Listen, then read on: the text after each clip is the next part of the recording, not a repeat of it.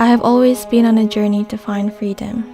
The freedom to accept my true self and to present my true identity to the world.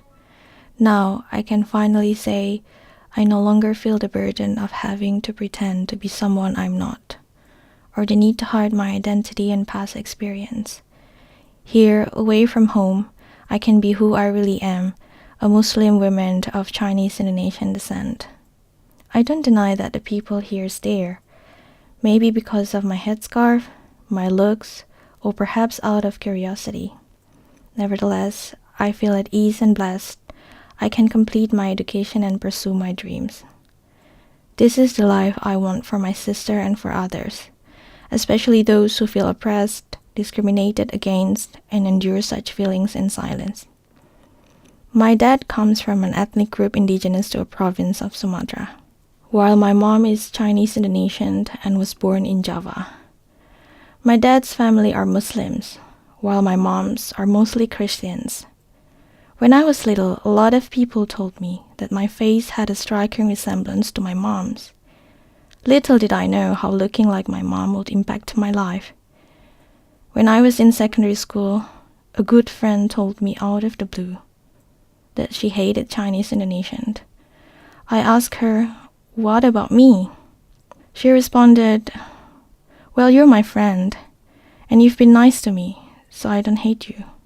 I remember feeling confused and hurt. From that point forward, I began noticing a lot of my friends had similar views. They associated Chinese Indonesian with greediness, dishonesty, and other unethical behaviors. A few teachers at my schools also seemed to have no hesitation in sharing their strong prejudice towards Chinese Indonesians with their students. My parents, I realized they were struggling with the same issues. One day, I overheard them talking about the extra fees they had to pay for ID renewal when the public officer were able to identify my mom and my grandma as Chinese Indonesian. Jakarta, May 1998. The city was on fire.